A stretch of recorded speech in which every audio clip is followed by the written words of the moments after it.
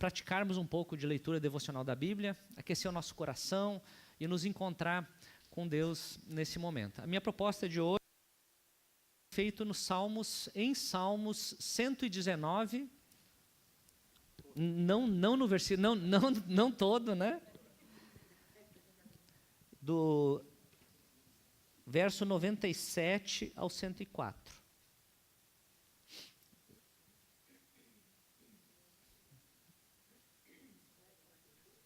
Oi? Salmos 119, versículos 97 a 104. Mais uma vez, a ideia é nós fazermos uma leitura, tá? Eu vou fazer uma leitura pausada, 2, 3 vezes. O próximo movimento que nós vamos é a meditação. Então, você procura entrar no texto, você procura experimentar o texto, você já começa a escutar Deus trabalhando com você, você se coloca dentro dele, você se insere e você, é o que a gente fala, procure ser capturado por uma parte desse texto, por uma frase, por uma palavra, por um contexto, seja capturado por ele. E entre nesse texto, né? Faça parte desse processo, nesse momento de meditação. E vai entrando e vai deixando Deus trabalhar com você. O próximo movimento é a oração, onde você responde a Deus, né, aquilo que Deus falou com você. E por último, nós vamos ter um tempo de silêncio, que é a parte mais de contemplação. Depois nós vamos ver isso de maneira mais aprofundada aqui, ok? Então você relaxe, respire fundo, né? Fique tranquilo, né? Ouça, eu estou lendo na revista e atualizada.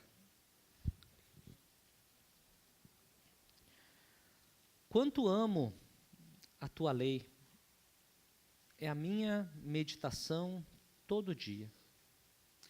O teu mandamento me torna mais sábio do que os meus inimigos, porque eu o tenho sempre comigo. Compreendo mais do que todos os meus mestres, porque medito nos teus testemunhos.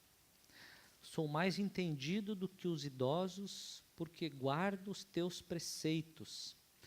De todo mau caminho desvio os meus pés para observar a tua palavra. Não me afasto dos teus juízos, pois tu me ensinas. Quão doces são as tuas palavras ao meu paladar, mais que o mel à minha boca. Por meio dos teus preceitos consigo entendimento, por isso detesto todo caminho de falsidade.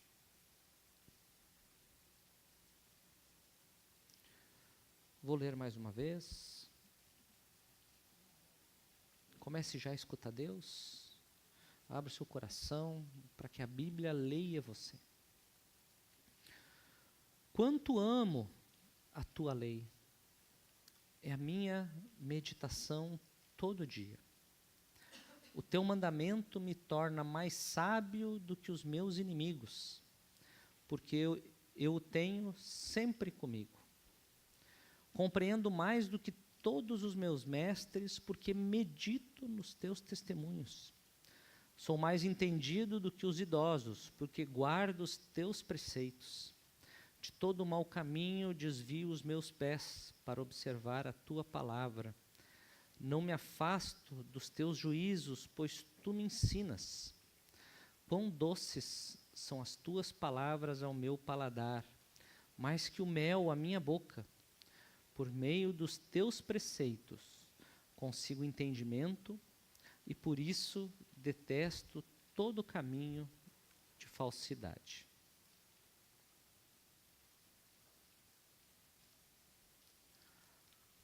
Faça então o seu movimento de meditação.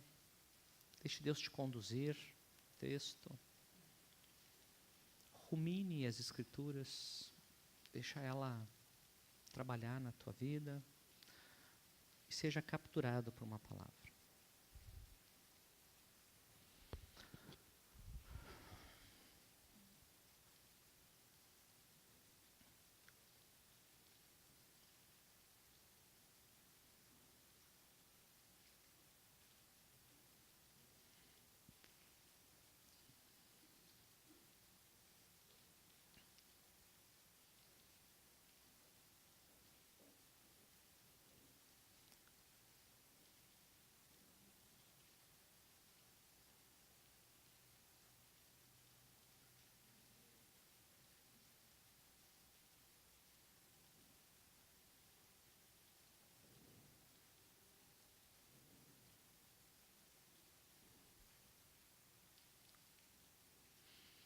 partir do texto que você foi capturado, a partir das imagens que foram estabelecidas nessa leitura e meditação, faça a sua oração a Deus, responda a Ele de uma maneira bem própria, bem tua.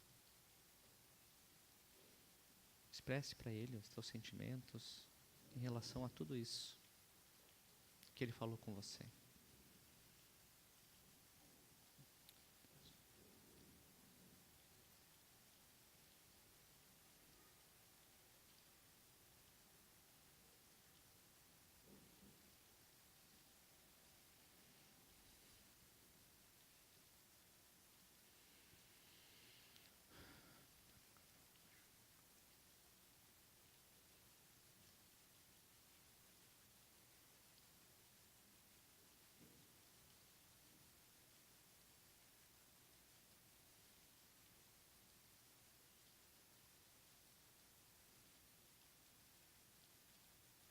Peço para alguém voluntariamente, em nome deste grupo que está aqui, elevar a Deus numa oração, resposta a Ele por estes salmos.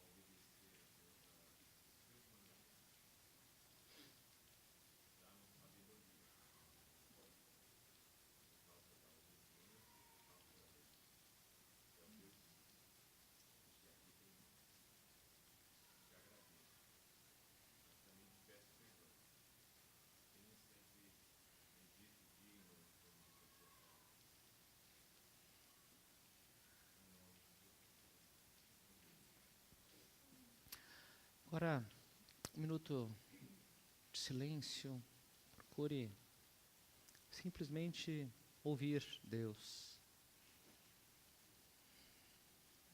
Experimente esse contato, essa união com Ele.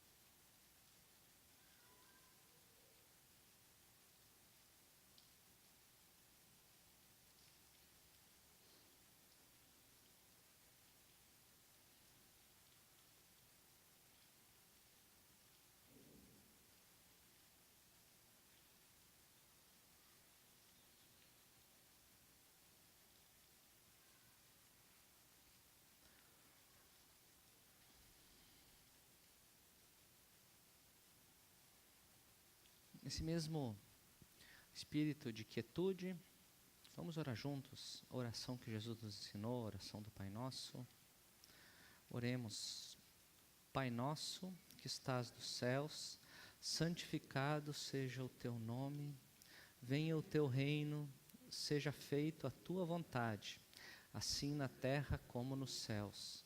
O pão nosso de cada dia nos dai hoje, perdoa as nossas dívidas, assim como nós perdoamos os nossos devedores, e não nos deixes cair em tentação, mas livra-nos do mal, pois teu é o reino, o poder e a glória para sempre. Amém. Amém. Tem sido boa a experiência de Lectio Divina? Gente, isso é uma cachaça. Não sei se eu posso usar esse termo, Fabrício, aqui, né? Mas é uma cachaça esse negócio aí. Depois que você começa a experimentar, você não quer parar mais. Porque ela realmente te coloca em contato com Deus de uma maneira única. E coisa boa é estar junto de Deus, né? E nós vivemos na igreja há quanto tempo? Né? A gente tem experiências assim de pessoas e grupos inteiros que, depois de muitos anos que começam a praticar exercícios simples de espiritualidade, eles relatam o seguinte: nossa, já sou idoso dentro da igreja, nunca tinha encontrado Deus dessa forma. A grande revolução desse processo é que nós tiramos Deus da mente e colocamos no coração, como nós falamos semana passada. Esse é um processo básico da oração, é o processo básico do encontro com Deus. É nós realmente fazer dele alguém presente no interior da nossa vida. Ok? E é esse caminho que nós vamos fazer isso, nós vamos querer fazer através das Escrituras. Ok? Então, para cá? O Davi não está funcionando aqui? Será que é eu que não sei tocar isso aqui?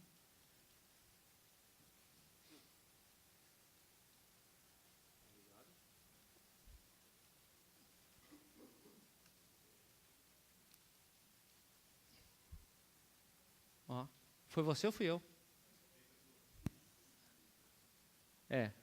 Ó, só que volta lá porque ele não obedece. No outro lado. Muito bem, estou aprendendo. Ok? Então, agora está aprendendo, senhor. Obrigado, Davi. Então, só para nós dar uma lembradinha, ok? Base no que nós estamos falando, nós temos falado muito sobre a nossa realidade. Isso aqui é uma figura do Peter Escasseiro, quando ele fala de espiritualidade emocionalmente saudável. Ele expõe isso de maneira muito clara e ele nos confronta com uma realidade que não pode ser deixada de lado. É a realidade seguinte: 10% da nossa vida só é que estão expostas. A maior parte da nossa vida, mesmo dentro da igreja, está escondido, né? Por bloqueios emocionais, por bloqueios religiosos, nós, de alguma forma, deixamos abaixo da superfície grande parte da nossa vida.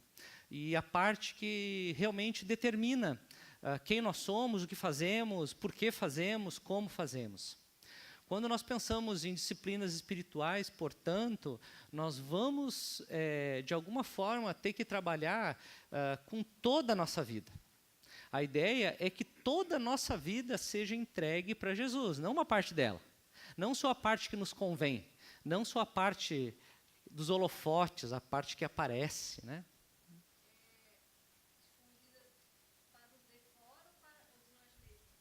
Isso é uma boa pergunta. Escondida para os de fora ou para nós mesmos? Né? Até de nós mesmos, né? Eu acho que é isso aí mesmo. É bom essa colocação. Na verdade, o processo de disciplina espiritual, e isso o Peter Escasseiro trabalha bastante, é um processo de autoconhecimento. E eles colocam assim: você tem que se conhecer para conhecer a Deus. Isso é um lema que vem de Calvino, né? Vem de vários grandes líderes da igreja. Você tem que se conhecer para conhecer a Deus.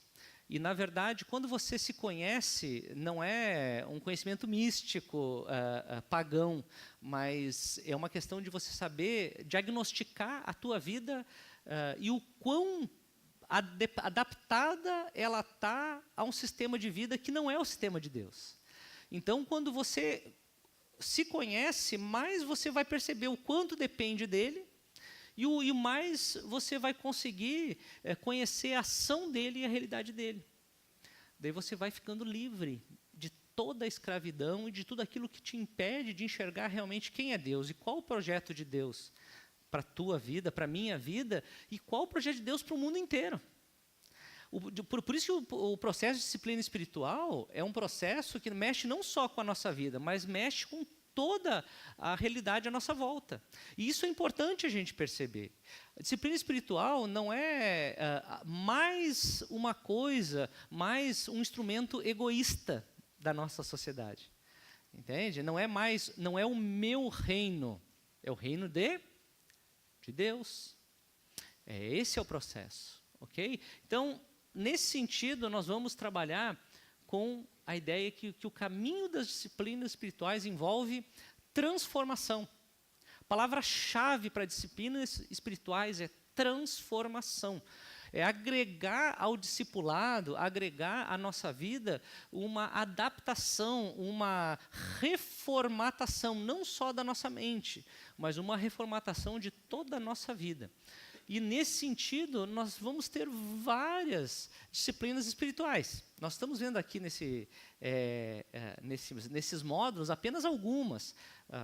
Procuramos selecionar, talvez, algumas fundamentais para que a gente possa dar prosseguimento, mas são várias. Né? Tem disciplinas, como nós vimos, de renúncia, tem disciplinas tem um movimento que me fugiu agora, mas é o de aconchego, de você ir em direção ao coletivo. Então, são vários tipos de disciplinas. Okay? E nós já temos trabalhado na disciplina de solitude, de silêncio, de oração, e agora nós vamos trabalhar numa específica, que é a leitura devocional, a leitura espiritual da Bíblia, que é a Lectio Divina. Gente, essa figura é fabulosa. Quem que não se identifica com ela? Acho que essa é uma das formas de nós entender Lectio Divina. Essa figura foi emprestada do pastor Cássio, eu roubei dele, né? Pedi emprestado. Pedi emprestado, mas, na verdade, ele cedeu ela. E eu achei lindo essa imagem, realmente.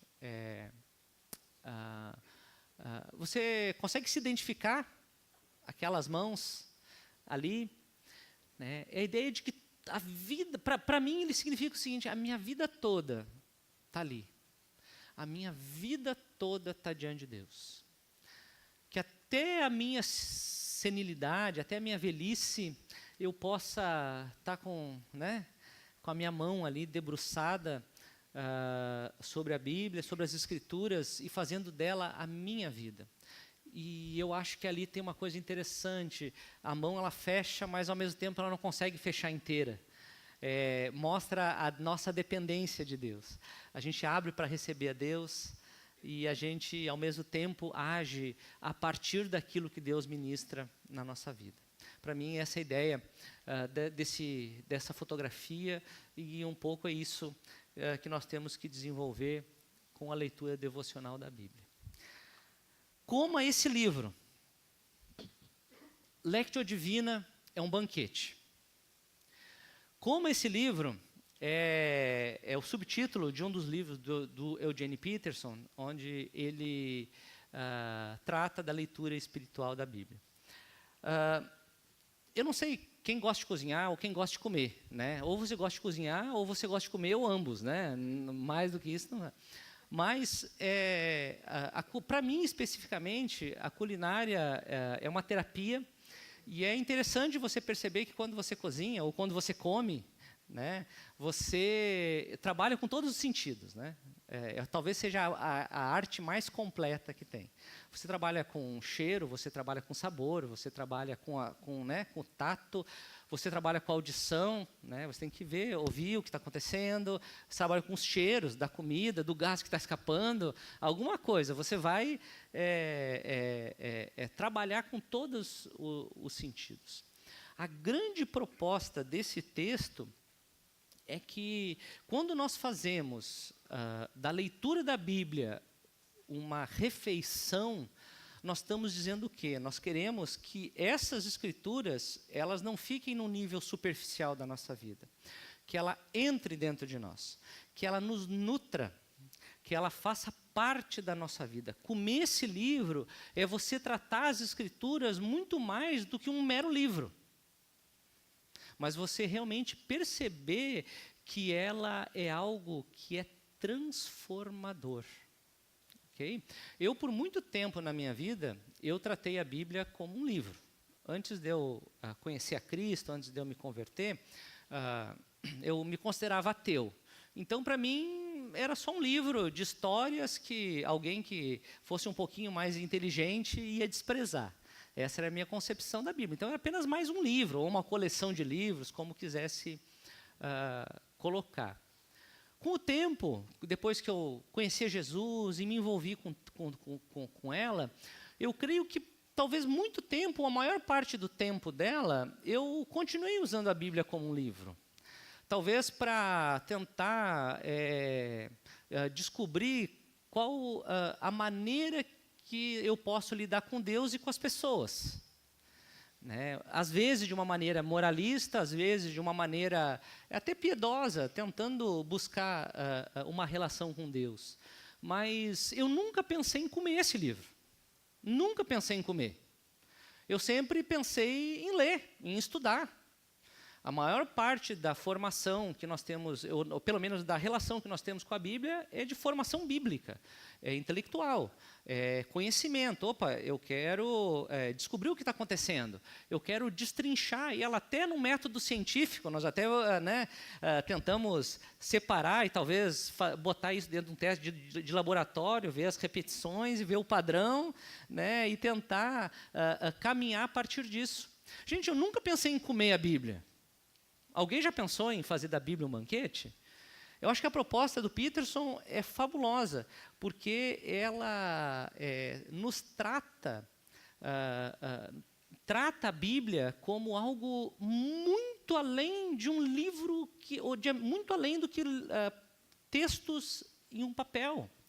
Ele te convida a entrar num banquete, ele te convida, olha, você tem que experimentar, você tem que entrar nela. Ela tem que fazer parte de você e você dela, ela tem que se juntar a você. É um banquete, é algo para você saborear. Gente, isso é muito diferente, muito revolucionário. Vou usar esse termo mais uma vez. É muito revolucionário, porque é você perceber de maneira completa, com todos os seus sentidos, qual o sentido dela e o que ela está dizendo para você e o que você vai fazer a partir dela. Porque, afinal, quando você se nutre, ele sustenta a tua vida. Quando você come uma comida nutritiva, ela que sustenta a tua vida durante o restante do dia. Se a comida faz mal, se você come uma coisa que está estragada, o que acontece? Você fica, debilita a tua vida no decorrer do dia e talvez muito mais. O banquete que Deus te serve é um banquete realmente de transformação. Então, o Peterson, quem que pode ler para nós essa frase aí? Como esse livro é a metáfora escolhida para focar a atenção naquilo que envolve a leitura das nossas sagradas escrituras de maneira formativa. Quer dizer, lê-las de tal forma que o Espírito Santo as use para formar Cristo em nós. Não estamos interessados em saber mais, mas sim em sermos mais transformados. Muito interessante. A ideia do texto, do nosso encontro com a Bíblia e da leitura espiritual da Bíblia, não é você conhecer mais da Bíblia. Ela vai entrar no processo, o conhecimento da Bíblia, e ela vai ser importante. Mas o foco é você ser transformado. É uma outra postura. Eu me encontro com ela para que ela me leia. Não sou eu que manipulo a Bíblia, é ela que me destrincha, é ela que me desnuda. Nós tiramos as nossas folhas de parreira e podemos, enfim, ser conhecidos por Deus de maneira completa. É nós nos conectarmos com Ele de uma maneira muito mais profunda. Então, a Bíblia, ela fala para nós quem nós somos. E essa é a ideia da leitura devocional que eu gostaria, e eu provoco vocês, estimulo, a ser a leitura que seja a base da relação que vocês têm com a Bíblia. E eu sei, gente, a nossa base, nós somos ensinados a ter uma relação informativa com a Bíblia. Nós temos uma história, e a Reforma Protestante ajudou muito nisso, né? Olha, nós temos que defender a Bíblia, então nós temos que conhecer para mostrar que ela é diferente de algumas outras coisas. E o argumento, e eu sempre acabei usando, e na maioria de nós, acaba usando a Bíblia como um instrumento de apologia ou de defesa da fé, mas dentro de uma estrutura científica, com as bases da ciência. E Deus está sempre nos propôs ter uma outra relação, uma outra base. Tem o Peterson, num outro livro, ele fala algo interessante também. Ele fala que existem 5 linguagens, né, que Jesus usava e que a Bíblia também deve usar com a gente. Uma das linguagens é a primeira linguagem que acontece quando você se relaciona com alguém quando é criança, que é a linguagem afetiva. É a linguagem que eu tenho com o Rafael, com meu filho, é a linguagem que você tem, né, com essa formação básica. A segunda linguagem é uma linguagem informativa, ou cognitiva, se você prefere esse termo. É a linguagem do estudo, né, das universidades ou da escola. Então, você, muitas vezes, acaba passando informações e sendo, de alguma forma, se relacionando com ela. E a terceira linguagem é quando você, a partir do conhecimento que você adquire, você trabalha com o dia a dia, é a motivacional, que hoje em dia está bem na moda, né? Então, é a palavra dos comércios, dos negócios. Tu motiva ele a comprar, tu motiva a vender. Então, o Peterson ele trabalha, existem essas 3 linguagens. A pergunta que não quer calar: qual dessas linguagens a igreja usa? Qual dessas linguagens a igreja usa? Alguém quer? Motivacional, eu acho. Talvez informativa. Sabe qual a linguagem que Jesus usava? Afetiva. A comunicação de Jesus foi afetiva. Foi uma relação de amor com as pessoas. A relação de Jesus foi uma relação de transformação. Ele tratou as pessoas como seres amados, como pessoas amadas, como alguém que te ama. Então a relação sempre foi afetiva. Gente, é essa relação que a palavra de Deus, Jesus e as próprias Escrituras devem ter conosco. Uma relação afetiva, que se estabelece através da comida. Também acontece com a comida. Quando você se alimenta, não é uma relação afetiva? Gente, é algo que te dá prazer, é algo que você anseia por aquilo, é algo que faz parte. Você saliva, né? Você se transforma. Você tem isso com a Bíblia? Você já percebeu por que eu disse que eu nunca tinha pensado em comer a Bíblia? Porque enquanto ela é um instrumento técnico, ela não te saliva, ela não te dá vontade de você devorar, você experimentar. Você não quer que ela faça... E muitas vezes é isso, você não quer que ela faça parte da tua vida. Porque, na verdade, nós queremos controlar Deus e controlar as informações, muitas vezes, para dominar o outro. Nós usamos as Escrituras como um instrumento de manipulação da nossa vontade. O Eugene Peterson fala que existe a nossa trindade, nossa santa trindade, né, Pai, Filho e Espírito Santo, em relação à Bíblia foi substituída. Existia uma outra trindade, ele chama de trindade substituta, que são os santos desejos, as santas necessidades e as santas vontades. Aliás, as santas vontades, as santas... eu falei o quê? santos desejos, santas necessidades e santos sentimentos. Ele fala dessas 3 trindades. Então, a nossa vida ficou nesse processo. Olha, a minha relação com Deus tem a ver com necessidades supridas. Eu quero que as minhas necessidades sejam supridas. Eu quero que os meus... É o altar do shopping, né? Consumido. Pode ser o gênio da lâmpada. Pode ser o gênio da lâmpada. Figuras que realmente retratam tudo isso. São as nossas santas necessidades. São os nossos santos desejos. O que importa é o que eu quero. É quase um processo infantil, né? É um processo egoísta, egocêntrico. E os nossos santos sentimentos. O que me importa? Eu tenho que ser feliz. É a tirania da felicidade. Nossa, tem que me dar prazer esse negócio. Eu creio que o alimento, ele te dá tudo isso. E eu creio que o alimento certo, adequado, nessa perspectiva da palavra de Deus, ela não só dá isso, como te coloca dentro de uma realidade plena, que é a realidade do reino de Deus e que é a vontade de Deus para a nossa vida. Nesse processo também eu lembro da festa de Babette. Eu não sei quem já viu esse filme. Alguém já viu esse filme? Já viu a história, né? Você viu também? Então, quem viu esse filme, desculpe, eu vou ter que dar um pouco da história do filme. Quem não viu, veja.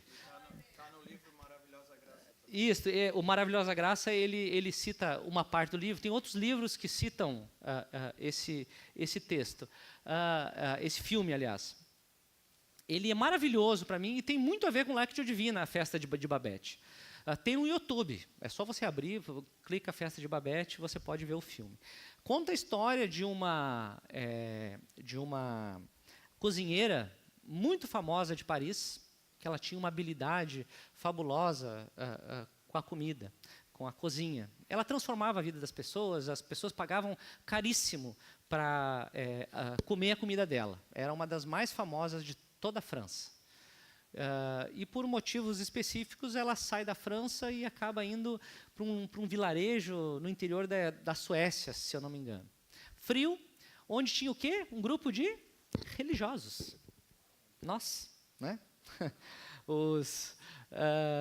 Um bando de crente lá que se reunia para estar em volta de um rito religioso, de um processo. E há muitos anos eles se estabeleceram a partir de um fundador que morreu e ficavam lá, né, com a sua vida. Só que por detrás de toda a vida deles, o que tinha?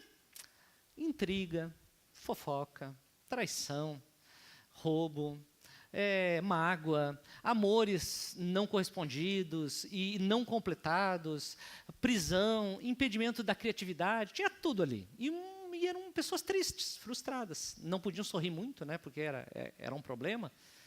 Daí chega essa pagã, essa pessoa de fora, trazendo ofertas maravilhosas, e em um momento do filme ela faz um banquete. E nesse banquete, as pessoas começam a comer, e antes de comer, eles, não, olha, a gente não pode sorrir, o que ela está fazendo é profano. Nossa, eu me identifico tanto com esse filme. O que ela está fazendo é profano, dá essa comida para a gente, tudo isso. Ela está fazendo sopa de tartaruga, ela está fazendo carnes, está fazendo codornas e uma série de coisas ali. Sabe o que acontece? Eles começam a comer, começam a confessar pecados, começam a se juntar, ressurgem amores esquecidos, eles terminam em roda, de mão dada, como crianças, retornando a uma realidade, dizendo o que aconteceu. Gente, para mim, Lectio Divina, leitura da Bíblia, é isso.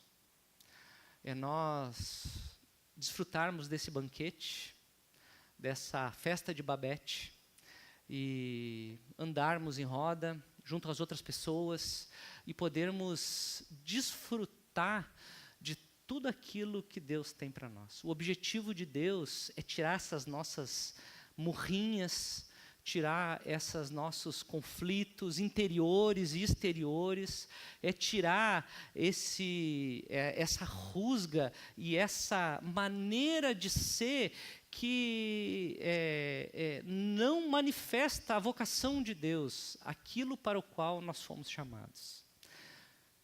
O objetivo disso é tirar os 90% de dentro da nossa vida e nos colocar diante de Deus. E Ele quer que nós façamos isso. Para mim, isso que mais choca positivamente. Ele quer fazer isso com a nossa vida. Ele quer nos dar um banquete. Ele quer que nós rompamos com essa religiosidade que, na maior parte das vezes, ela é usada com fins não dignos, para que nós possamos experimentar tudo aquilo que Deus tem para nós. E, basicamente, o seu amor, a sua graça e o seu projeto para nós. Festa de Babete, portanto, é a nossa referência. Confirmando isso no texto da Bíblia, olha que texto interessante isso aí. Assim como quando o leão grande ruge ao lado da presa. O que esse texto tem a ver com a Bíblia? Tudo. É a mesma palavra que é usada no Medita. A ideia da relação com a Bíblia é a ideia de você estar, do leão devorando uma presa e rugindo. Que prazer! É aquela avidez, é aquela volúpia, eu vou usar esse termo, né? Aquela vontade sensual de estar em contato com algo que te sustenta.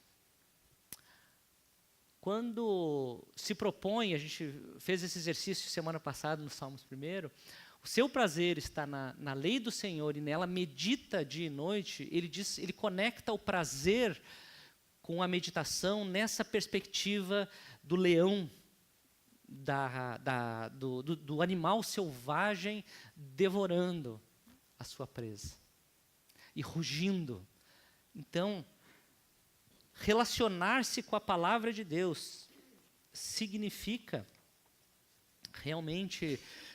você se apropriar dela como algo muito prazeroso.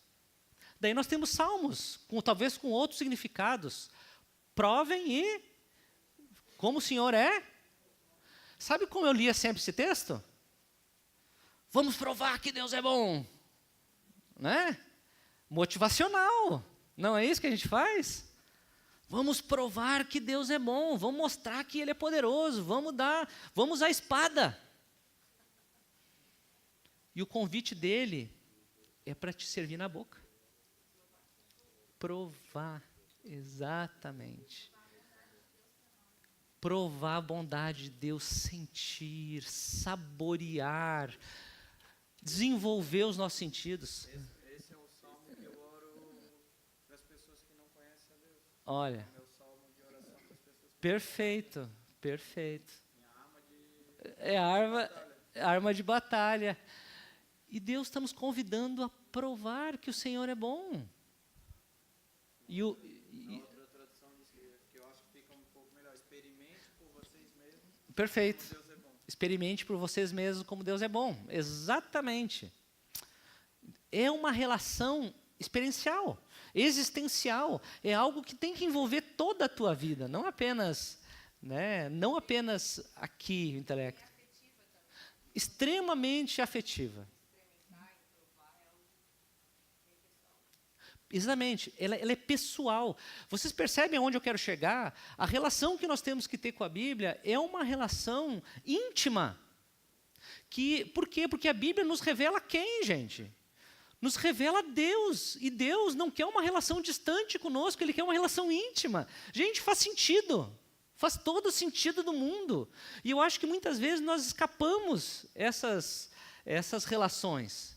Faz todo sentido do mundo. Tem sentido você ter a Bíblia à disposição, porque ela te leva a Deus, e tem sentido que ela transforme e que você tenha uma relação de prazer com ela, porque ela te dá a relação com Deus, que é uma relação de prazer. Não é uma relação só de um juiz ou de um velho barbudo ranzinza que fica cuidando de você para ver se você não pisou na bola para te dar uma chicotada. É uma relação afetiva, é uma relação de pais e filhos. A disciplina espiritual, ela tem sentido dentro dessa esfera, dentro dessa perspectiva. Senão, gente, nós reproduzimos um discurso religioso. E a letra, o que acontece? O que a letra faz, segundo a Bíblia? Mata. Por quê? Ela nos leva para longe de Deus, essa é a morte. Nos leva para o exílio, nos leva para a escravidão. A letra, ela nos escraviza. Ela nos coloca em contato com falsos deuses, não com o único e verdadeiro Deus. Então, a relação com as Escrituras tem que ser uma relação afetiva, de prazer. E daí, gente, tem uma situação importante que é a ideia da pressa. Gente, não podemos comer com pressa. Meditação, ela não tem a ver com pressa. O Foster, ele abre o capítulo de meditação exatamente falando sobre a pressa, né?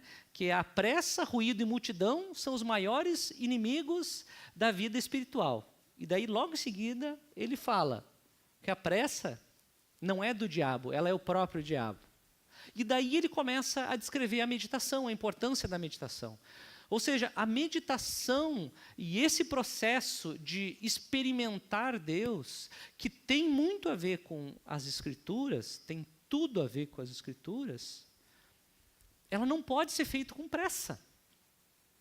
Nesse livro, Maravilhosa e Boa Bíblia, ou Como esse livro no inglês, ele trabalha a figura da fazenda. Ele cita o exemplo de um fazendeiro que ele aprendeu muito a perceber a Bíblia e as Escrituras e como elas falam com a gente através do ritmo da fazenda. Não sei quem trabalhou com agricultura, né? Eu já trabalhei bastante com agricultura, então para mim isso faz todo sentido. Então, você não planta qualquer coisa, uma árvore. Vamos usar o exemplo da árvore. Você não planta uma árvore para você simplesmente, amanhã, você colher tudo. Né? Diz que quem planta tâmara não come tâmara. Né? Não colhe tâmara, aliás. Como é que ele come tâmara? Porque alguém já plantou. A ideia é essa. Tem toda a natureza tem o ritmo dela. E a pressa não está. Pressa são os falsos deuses, são seres não divinos, são forças não divinas que foi-lhes dado o poder porque nós não assumimos. Forças não divinas que se organizaram. E essas forças é que nos escravizam. E são essas forças que estabeleceram a pressa. O ritmo divino não é com pressa. Por isso que ele está sempre te esperando para se encontrar com ele. Por isso que a meditação da Escritura, ela tem que ser feita de maneira afetiva, porque não tem pressa. Se eu tiver... Como é que tu vai dar um abraço com pressa? Opa, tempo é dinheiro. É verdade. Não. Time is money. Seja money. Time is money. Fala em japonês. Né? É isso, é mais ou menos isso.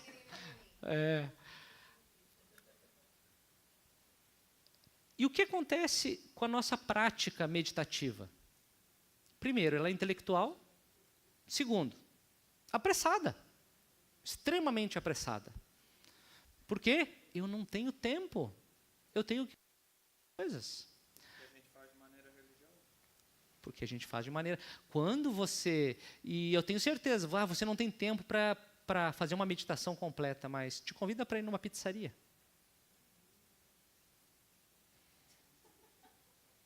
convida para ir numa churrascaria. Você não fica a noite toda lá? Feliz.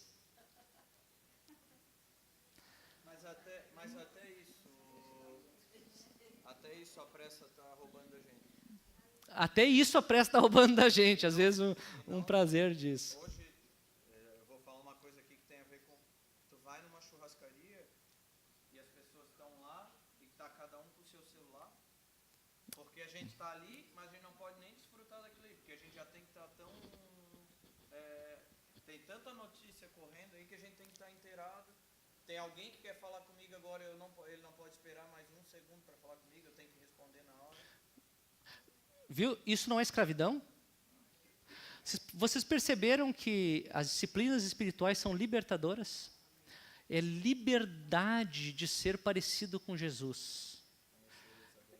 Conhecereis a verdade. E essa frase é importante. Conhecer a verdade vos libertará. E conhecer não é um processo intelectual. Acho que eu falei isso semana passada. Conhecer tem uma linguagem sexual também. Conhecer Adão conheceu Eva e tiveram filhos, né? Jacó conheceu a sua esposa e tiveram filhos, assim vai. Nós percebemos o seguinte, que o conhecer não está ligado nem ao ato em si, está ligado ao encontro que gera vida. Por isso que está ligado à intimidade. Por isso conhecereis a verdade tem tudo a ver com a meditação nas Escrituras. Ela nos libertará. É o caminho das disciplinas espirituais. Essa leitura de conhecer a verdade, ela é uma leitura equivocada muitas vezes, que vai ser conhecido, sou transformado da noite para o dia e Perfeito. vai acabar, o evangelho da Bajara. Jô, com certeza, mas é por causa disso, porque conhecer nós achamos que é você obter uma informação. Isso não é conhecer. Por exemplo, eu conheço o Vinícius? Não conhece, né? Ainda não, né? 10%. Não, 5%. Olha só, mas tem algo mais ainda. E agora eu vou chocar um pouquinho mais vocês, vou mexer um pouquinho mais com vocês. Olha esse versículo que tem tudo a ver com Lectio Divina. Quem pode ler para nós? Apocalipse 10, 8 a 10.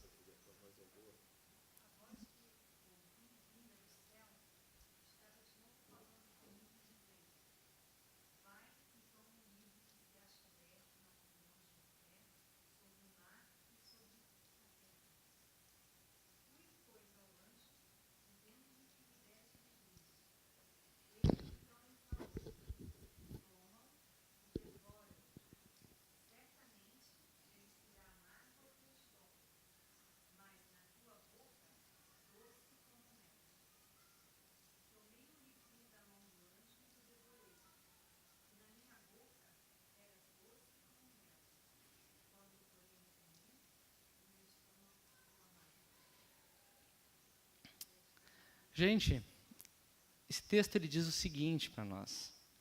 A palavra de Deus é doce, mas ela também é amarga. E é interessante porque ela reflete bênção.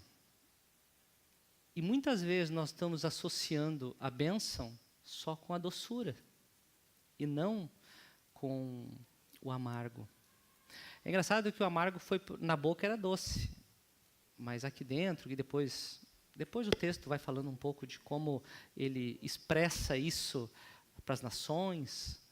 Quer dizer, ele está percebendo que a verdade de Deus, ela está revelando que as coisas não estão como Deus gostaria. Isso dói. A verdade de Deus é amarga porque você começa a perceber aonde você está. Qual é o teu lugar nesse processo? Você se enxerga. E ela é amarga. Então, Um esforço que eu tive que fazer também foi de desfrutar da bênção do Giló, né? Tem gente que gosta, mas da bênção do amargo. Tem gente que não gosta do chimarrão porque é amargo, né? Mas a gente o quê? Se acostuma. Nós nos habituamos com o chimarrão. O problema é isso. Disciplina espiritual é criar hábitos. E você começa, nós temos que treinar a perceber que o amargo, ele também faz bem. Né? Coca-Cola é bom, mas faz mal. Né? Remédio para o fígado é ruim, mas faz bem. Né? Bem ruim, né? Olina, isto. Obrigado. Olina.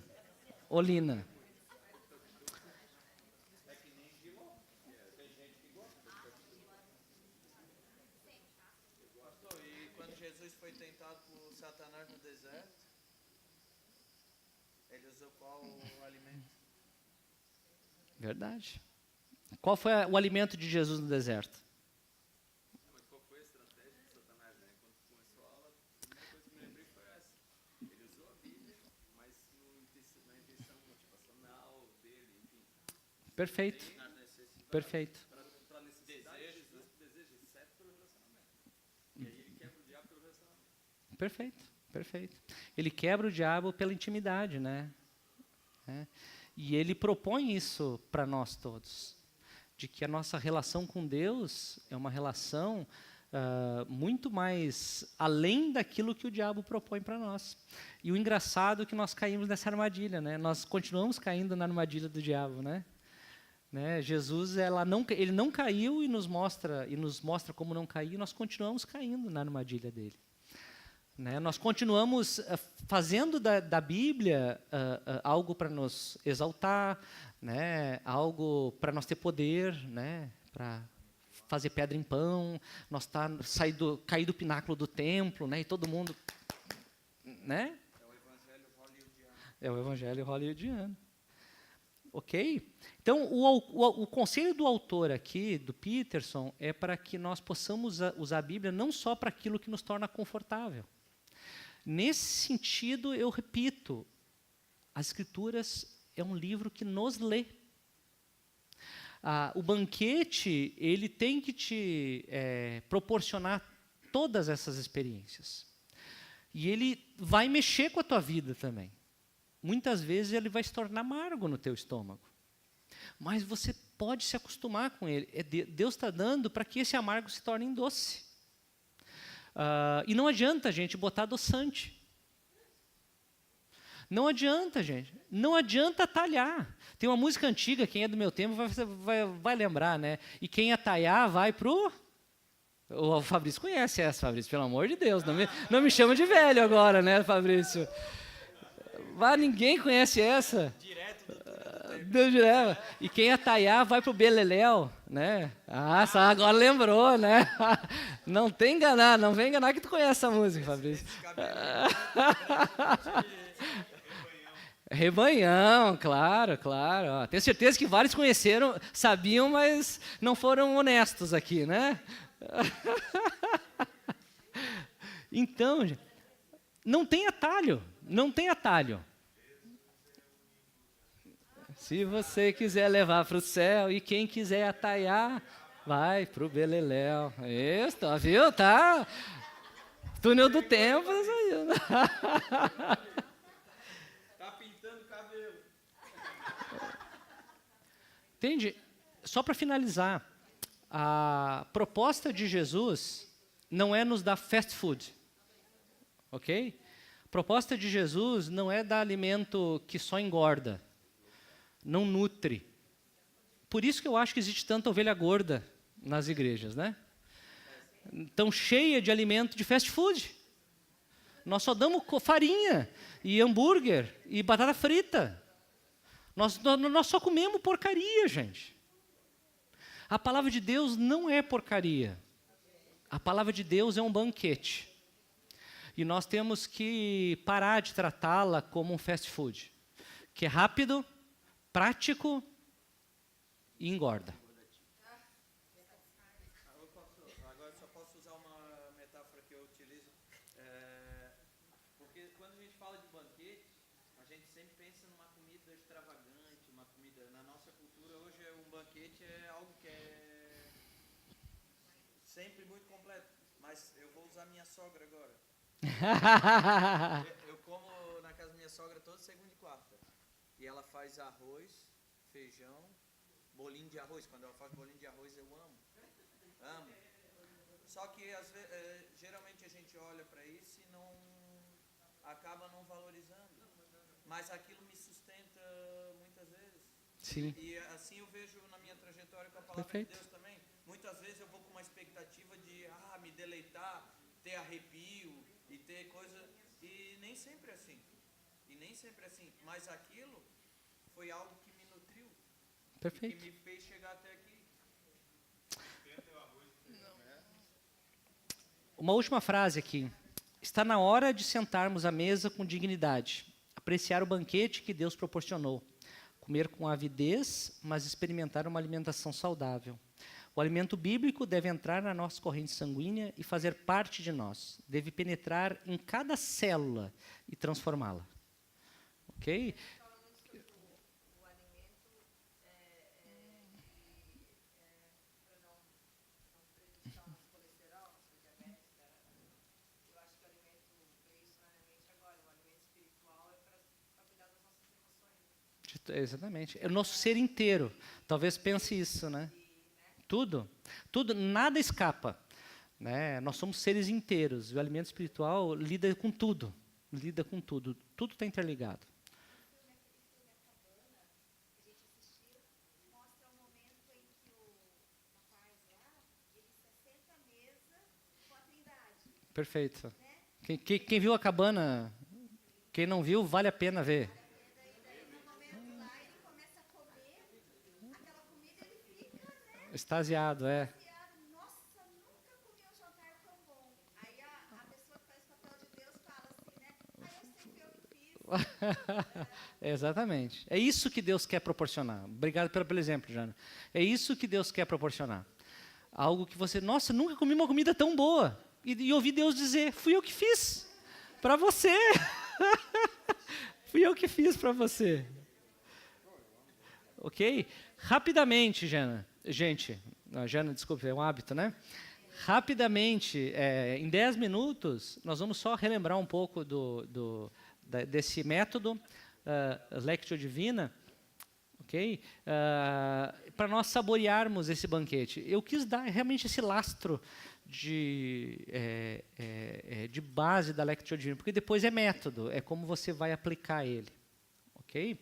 E eu convido você realmente a experimentar essa relação transformadora com as Escrituras. Que as Escrituras sejam um livro que lê. E a disciplina espiritual, nesse caso, é uma disciplina não só como método, mas é uma disciplina de como você enxerga a Bíblia. É a disciplina de você renunciar à tua formatação científica e você ir até a Bíblia como simplesmente para satisfazer uma curiosidade ou para usar ela de forma a ter poder e a manipular, e você começar a desfrutar dela como um banquete. Vou confessar, Fabrício, problema de pastor. Abre a Bíblia e vê um sermão, né? Mas tem gente, ok, isso é um cacuete e é uma luta, né? A gente se reúne e fala, é uma luta. E depois você se acostuma, você se livra dessa coisa, assim, sabe? Mas é uma luta. Qual é a sua luta, né? Cada um tem a sua luta. Às vezes você abre a Bíblia e vê o que ela pode me abençoar. É só isso que você vai ver na Bíblia. Então você vai ver todos os textos, você só vai ver o que ela pode me abençoar. Como eu posso usar a Bíblia para confrontar ou para ganhar uma discussão, ou para fazer com que alguém de outra religião participe, entende? Se converta, algo assim. Como? Eu acho que é isso. A disciplina que eu tenho proposto aqui, essa é uma delas. Você ter uma nova relação, uma relação gastronômica com a Bíblia. Fabrício. Uhum, perfeito, ótimo. Perfeito, outro livro. Uhum. Perfeito exemplo.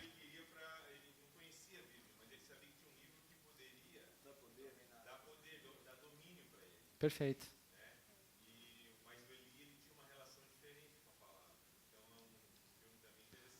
Perfeito.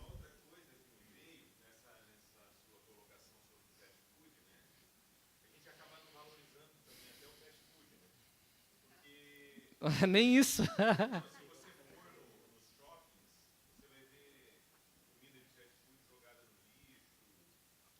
Verdade.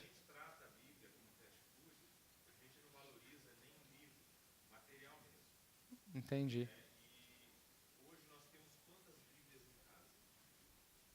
Uhum.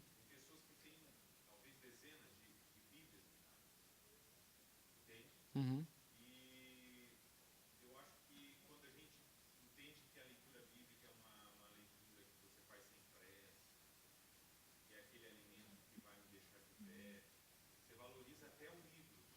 Perfeito, verdade. Talvez a gente comece a entender o significado de sagrado, né? Por que a Bíblia é sagrada, né? Que se perdeu, né? Ok? Rapidamente aqui, vamos só rever. O método Lectio Divina. Tá? Propomos são os 4 movimentos que tenho falado: ler, meditar, orar e contemplar. Daí você vai ler assim, mas tem 5 movimentos. Alguém já fez essa pergunta? Tem 5 bonequinhos ali, né? A gente vai chegar lá porque tem os 5 ali. Tá? Primeiro, ler então. Esse processo de ler tem a ver muito com escuta, gente. Isso que eu acho que é algo que também já faz parte desse processo de transformar a maneira como você se relaciona com a Bíblia. Você já começa a ler escutando. A tua leitura não é uma leitura de domínio, é uma leitura de submissão. Você se submete à Bíblia, não a Bíblia se submete a você. Não é você que controla a Bíblia, é ela que deseja transformar você. Então, a leitura que eu tenho proposto aqui, que a gente está fazendo os exercícios, é uma leitura escutatória. Rubem Alves. É uma leitura escutatória, é uma leitura que trabalha com os ouvidos, porque você já está lendo e já está se abrindo para ela. Ela vai requerer de você concentração, ela vai requerer de você desejo de estar ali, mas ela já é um movimento escutatório.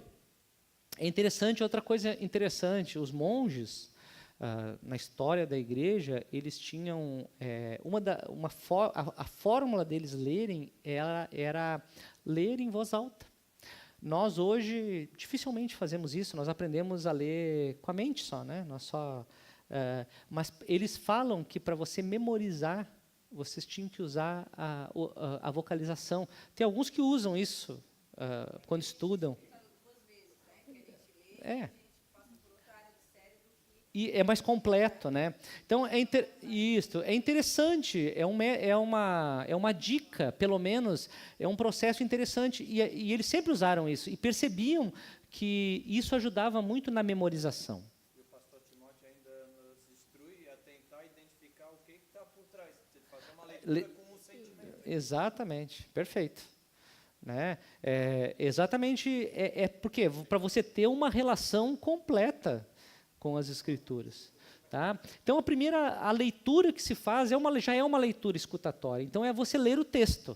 Tem várias dimensões que a gente poderia, né, desenvolver muito sobre isso, mas a questão mais é dar um esboço mais prático nesse momento. Okay? Então, é uma leitura que você faz já com toda a base que a gente falou. Olha, eu estou indo para o banquete, então eu vou começar a ler. Se nós formos comparando isso com a figura, a Lectio Divina, ela pode ser comparada com uma fruta. Tá? Essa é uma figura que os antigos davam para se reflexionar a Lectio Divina. Então, quando a leitura, ela é a casca. É quando você abre a casca da fruta. Tá? Esse é primeiro processo. Então, imaginem que agora nós estamos abrindo uma fruta, um bergamota, sei lá, alguma fruta que você gosta, e agora na leitura nós estamos abrindo a casca. Tá? Daí nós vamos para o segundo movimento do texto, que é o meditar. E o meditar tem a ver com ruminação. Uma outra palavra para isso é internalização. Gente, é fundamental essa percepção de que o texto faça parte de você. É quando você pega a polpa da fruta e come. Isso é ruminar, é fazer com que a escrita já faça parte de você. Então, aí você vai entrar no texto, você vai imaginar, você já pode começar a imaginar desde lá da leitura, mas esse processo imaginativo, ele vai te conectar dentro do texto. Você vai fazer parte dele e ele vai fazer parte de você. Você já vai sentindo os sabores, você já vai degustando aquilo que a Bíblia está falando. Então, essa parte é muito importante. Por isso que a gente fala assim, olha, escolha uma parte, ou seja escolhido, melhor, seja escolhido por essa parte, seja capturado. E esse é um termo que todos os mestres da espiritualidade, eles usam. Deixe-se ser capturado pela Bíblia. E, naquele momento, internalize. A ruminação é você pegar aquela parte, quão doces são as tuas palavras, são como mel na minha boca, e você se imaginar sendo transformado, sentindo o sabor da palavra, e aquilo vai transformando, e mais do que te transformando, ele vai te... Isso é importante, gente, ele vai te conectando com Deus. Essa internalização vai te conectando com Deus. Ele é mais do que um processo cognitivo, informativo. Ele vai realmente fazendo parte da tua realidade.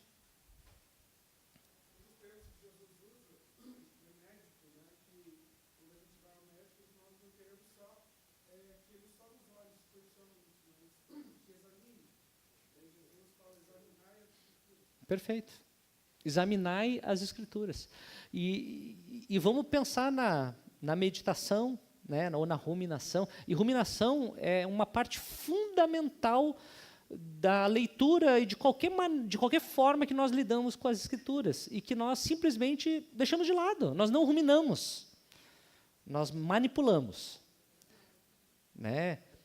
Ruminem, gente. Sejam vaca e cavalo. Não, e boi. Né? Isso, aí, esse cara é galo, né? Já foi galo, agora é cavalo, né? Poxa, versátil o homem, né? Me chamou de carioca, eu tive que mudar. Mudar, né? O outro processo. Depois que nós lemos de maneira escutatória, depois que nós ruminamos, depois que nós internalizamos o texto, nós, enfim, expressamos que doce é essa fruta. Nós respondemos. A nossa oração sempre vai ser e sempre deve ser uma resposta. Gente, preste atenção, vou repetir. A oração é uma resposta a Deus. Isso muda tudo. Porque, mais uma vez, nós não usamos a Bíblia e Deus como objetos de manipulação. Eles é que agem na minha vida e me transformam. Então, orar é uma resposta. Depois que você come, você descasca a fruta, você come a fruta, você diz, que maravilha. Ou, como foi amargo esse negócio. Salmos, gente, é isso. É doce e amargo. Salmos, por isso que Salmos é o guia de oração, e talvez a gente vá trabalhar, ainda vou decidir isso aí, no último dia se eu vou trabalhar com salmo ou com simplicidade, mas é uma opção, porque Salmos é o grande guia de oração. E tem sido usado por toda a história da igreja. E eles expressam exatamente isso. O lamento, o amargor, a esperança, a alegria, a realidade, enfim. Orar, então, é responder a essa realidade, a essa proposta de Deus de como enxergar a realidade, como lidar com ela. Então, eu respondo: Deus, eu não consigo. Deus, que bênção. Deus, eu estou com medo. E nesse processo, Deus nos convida a ser seus discípulos em Jesus. Diz assim: vem aqui que eu vou te ensinar a ser restaurado. Eu vou reformatar a tua vida. Isso é o discipulado. E ele é afetivo. Deixa que eu vou dar um backup nesse negócio aí. Vou formatar. E, finalmente, a contemplação. Finalmente, a contemplação. E a contemplação tem dois momentos. A tradição mística, ela vai trabalhar como a contemplação, ambas vão trabalhar como comunhão, mas vão trabalhar muito o aspecto do silêncio, que é o que a gente faz aqui. É quando você se recolhe. O processo da contemplação é um processo onde você se recolhe completamente, onde você está adorando a Deus e onde você escuta de maneira plena. É o silêncio e a comunhão. É quando você une-se a Deus. A mística, ele é considerado que tem 3 vias, né? Uma é a via purgatória, que eles falam, que é a via onde você coloca diante de Deus a tua vida e ele vai trabalhando os teus pecados e a tua natureza.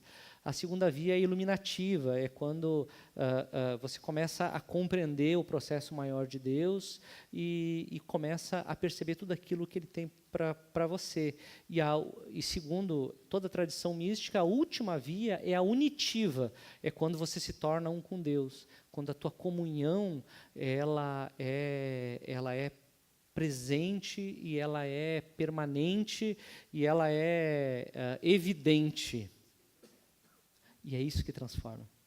Então, o caminho, na verdade, da meditação, ou da leitura, da meditação e da oração, ela tem que te levar à contemplação, que é essa união.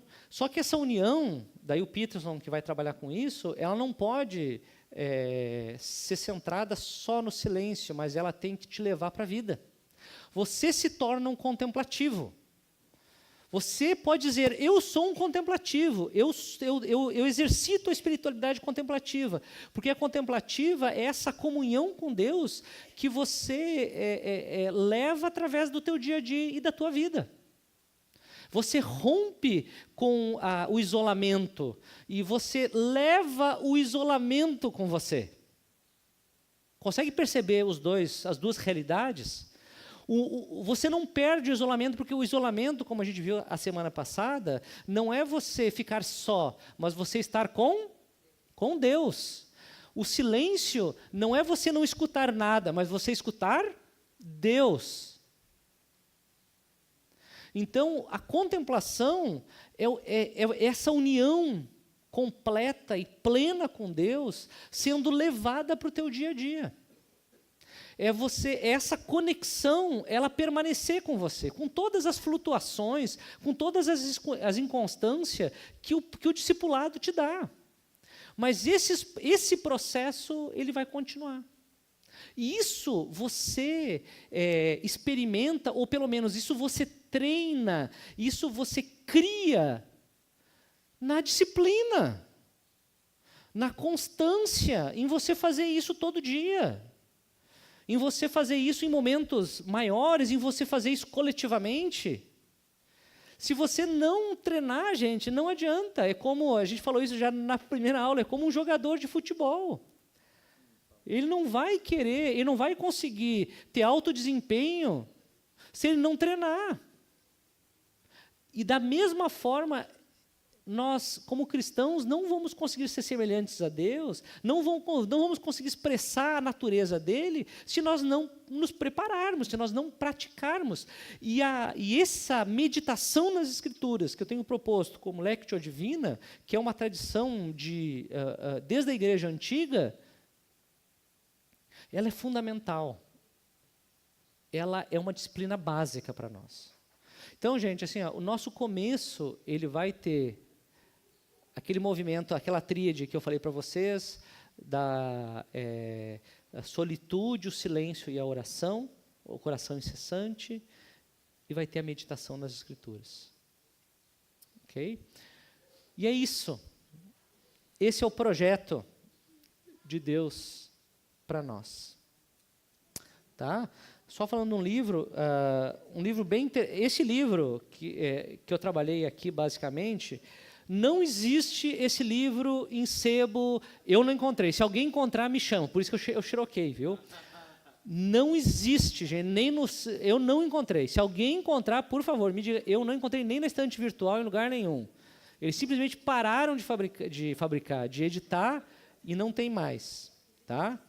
Então, é a maravilhosa Bíblia. Em inglês é Coma Esse Livro. Tem partes dele na internet que é só a parte do Coma Esse Livro. Do Jenny Peterson. É o mais antigo, é que tu é bem mais velho do que eu, né?